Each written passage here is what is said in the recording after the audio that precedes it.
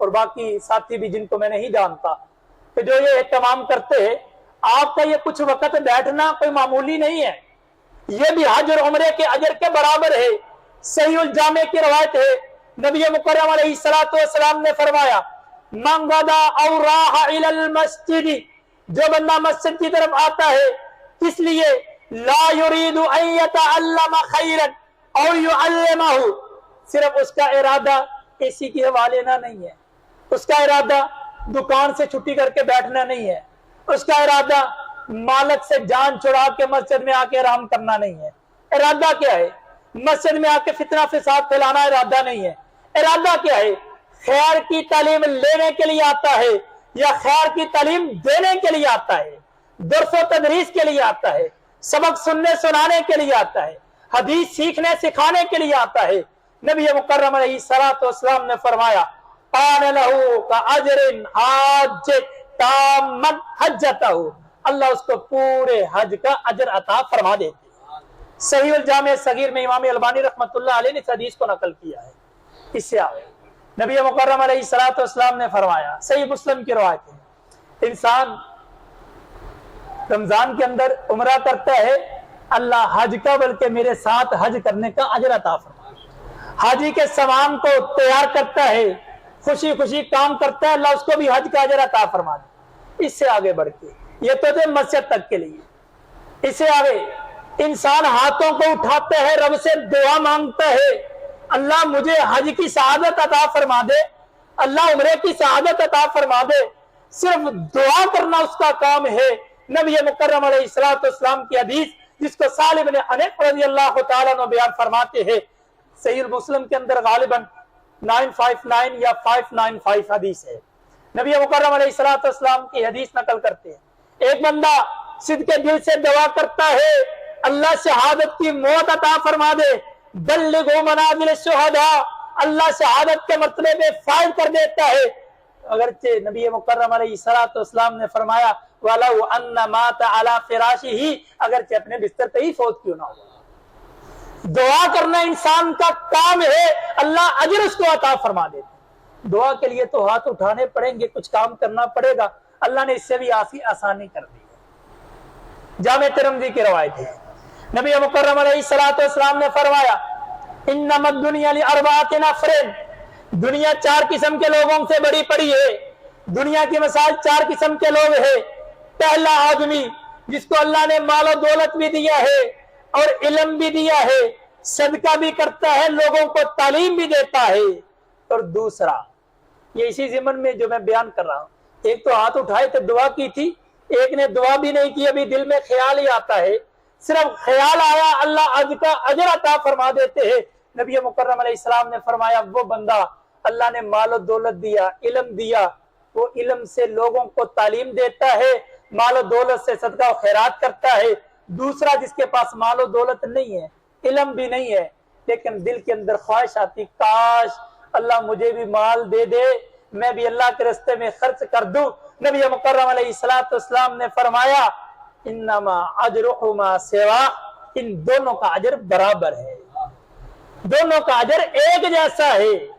جس نے عمل کیا یا جس نے نیت کی، جو حج کے لیے چلا گیا اور جس نے دل میں خیال آیا اللہ مجھے بھی لے جائے، اللہ ہمارے لیے بھی اسباب پیدا فرما دے، اللہ کے نبی علیہ السلام نے فرمایا اللہ اس کو بھی پورے کا پورا اجر عطا فرما دے۔ اس سے بھی آگے آخری اللہ یہ نعمت سب کو دیکھنی بھی نصیب فرمائے اور اس کی خدمت کرنے کی بھی توفیق عطا فرمائے۔ اللہ جن سے یہ نعمت چلے گئی ہے اللہ ان کے لیے صدقہ جاریہ بننے کی توفیق بھی عطا فرمائے۔ حضرت ابن عباس رضی اللہ تعالیٰ عنہ بیان فرماتے ہیں، صحیح حدیث ہے، نبی مکرم علیہ السلام کے پاس ایک آدمی آیا، سوال کیا اللہ کے نبی ارادہ ہے جہاد پہ جانے کا لیکن طاقت نہیں ہے، جہاد پہ جا نہیں سکتا۔ پیارے پیغمبر علیہ السلام نے فرمایا حل باقی من والدیک، کیا تیرے والدین میں سے کوئی باقی ہے؟ قال نعم، جی ہاں اللہ کے نبی، امی میری ماں باقی ہے۔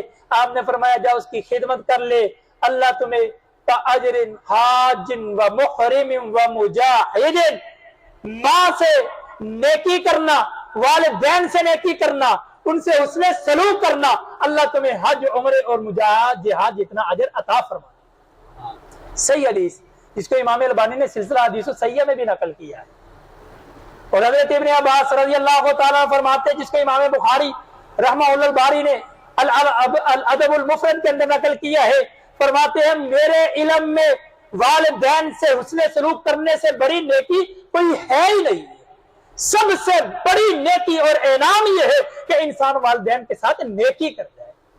لیکن آج بالخصوص میں اپنی نوجوان بھائیوں سے تو اکثر اوقات کہتا ہوں، ہمیں دیکھنے کو بھی ملتا ہے، ہم یہ آنکھوں سے بھی دیکھتے ہیں، کانوں سے بھی سنتے ہیں، بڑے واقعات معاشرے میں پیش آتے ہیں، اور جی کیا کرے، ابا جی بوڑھے ہو گئے، ہمیں ان کو تو پتہ ہی نہیں ہے کیا کرنا، ہمیں کہتے ہیں یہاں نہیں بیٹھنا، وہاں نہیں کرنا، یہ نہیں کرنا، فلاں نہیں کرنا، اور جی کیا کام ہے، جو کام ہم کرتے ہیں باپ روک ٹوک کرنے کے علاوہ کام ہی کوئی نہیں ہے، اور کاروبار تو ہم نے کیا سارا۔ یہ وہ چیزیں جو لوگوں کی زبانوں پہ ہم سنتے ہیں، لیکن پیارے بھائیو بالخصوص یہ کب ہوتی ہے جب ہم اپنی اولاد کو دین کی تعلیم سے دور کر دیتے ہیں۔ ایسا ہی مقدمہ رسول اللہ صلی اللہ علیہ وسلم کی عدالت میں بھی آیا تھا۔ پیارے پیغمبر علیہ الصلوۃ والسلام کے بعد ایک صحابی آیا کہ کہا اللہ کے نبی میں سارا دن محنت مشقت کر کے گھر لے کے آتا ہوں، میرا باپ جہاں چاہتا ہے جیسے چاہتا ہے اس کو خرچ کر دیتا ہے، وہ دیکھتا ہی نہیں ہے، محنت مشقت میں کرتا ہوں، مجھ سے پوچھتا بھی نہیں ہے، بہنوں کو دے دیا، فلاں کو دے دیا، فلاں کر دیا۔ صحابہ بیان کرتے ہیں پیارے پیغمبر کا چہرہ اتنا سرخ شاید کہ ہم نے پہلے نہ دیکھا ہو، نبی مکرم کا چہرہ سرخ۔ حدیث کے ایک الفاظ ایسے بھی ہے کہ گویا کہ جیسے انار کو آپ کے چہرے پہ نچوڑ دیا گیا ہو، اتنا سرخ چہرہ پیارے پیغمبر غصے کی حالت میں آپ نے الفاظ کہے تو کیا کہے۔ آج کا نوجوان وہ میرا بھائی اپنے دل پہ نقش کر لے اور نوٹ کر لے، ہمیشہ جب بھی باپ کے سامنے کھڑا ہو یہ بات اپنے ذہن میں آ جائے، دل پہ آ جائے۔ پیارے پیغمبر علیہ السلام نے فرمایا انت و مالک لابیک، اور میری عدالت میں فیصلہ لے کے آنے والے تو اور تیرا مال تیرے باپ کا ہے، جہاں چاہے جیسے چاہے جب چاہے خرچ کرے، تمہیں اختیار ہی نہیں ہے کہ اپنے باپ سے روک ٹوک کرے اور پوچھے تو نے کہاں خرچ کر دیا۔ آئیے پیارے بھائی، یہ چھوٹی چھوٹی نیکی ہیں، دیکھنے میں چھوٹی لگتی ہے لیکن حقیقت میں بہت بڑی ہے۔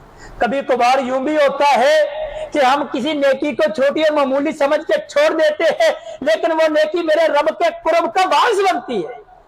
وہ رقاصہ، وہ فاحشہ، وہ ناچنے والی نے صرف کتے کو پانی پلایا تھا، کوئی اتنا بڑا کام نہیں دیکھنے میں، لیکن میرے رب کو کتنا ہی پیارا لگا ہے۔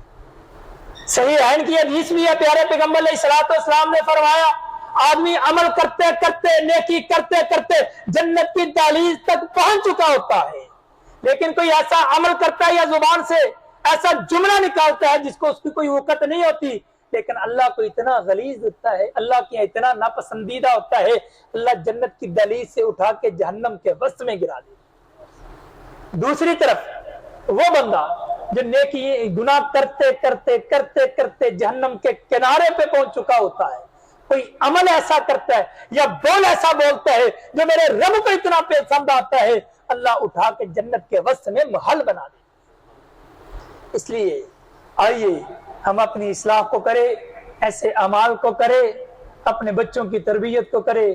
پرفتن دور میں اللہ نے اگر ہمیں موقع دیا ہے، اس موقع کو غنیمت جانے، رب کا شکر ادا کرے اور ان اعمال کو کرنے کی توفیق اللہ مجھے اور آپ کو نصیب فرمائے۔ اللہ جو کہتے اور بیان کرتے ہیں اللہ اسی کے مطابق عمل پیرا ہونے کی ہمیں توفیق عطا فرمائے۔ اللہ قول و فعل کے تضاد کے فتنے سے ہمیں محفوظ فرمائے۔ وآخر دعوانا ان الحمد للہ رب العالمین۔